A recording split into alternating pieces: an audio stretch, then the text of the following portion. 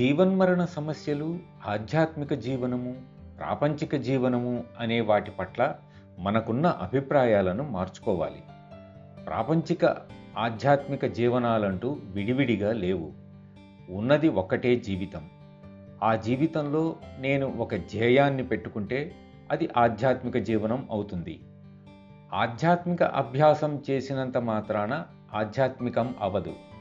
ధ్యేయానికి సన్నిహితమైనప్పుడే అది ఆధ్యాత్మిక జీవనం అవుతుంది. మంచిగా కనిపించినంత మాత్రాన ఏ వ్యక్తి మంచివాడు అవడు. అతని అంతరంగంలో మంచితనం ఉందా? అతడు చేసిన పనులన్నింటినీ వేరు చేసి అతడిని అతనిగానే చూస్తే అతనిలో మంచితనం కనిపిస్తోంది. అతడిలోని మంచితనమే అతడు మంచి పనులు చేయడానికి పురికొల్పుతుంది.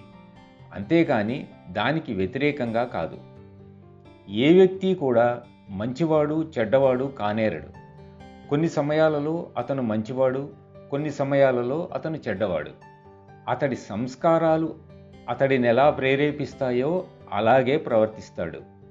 బాబూజీ వివరించినట్లు సంస్కారాలు మన అంతరంగంలో బీజ రూపంలో ఉంటాయి. అనుకూల పరిస్థితుల్లో అవి మొలకెత్తుతాయి. అప్పుడు అప్రమత్తంగా ఉండాలి.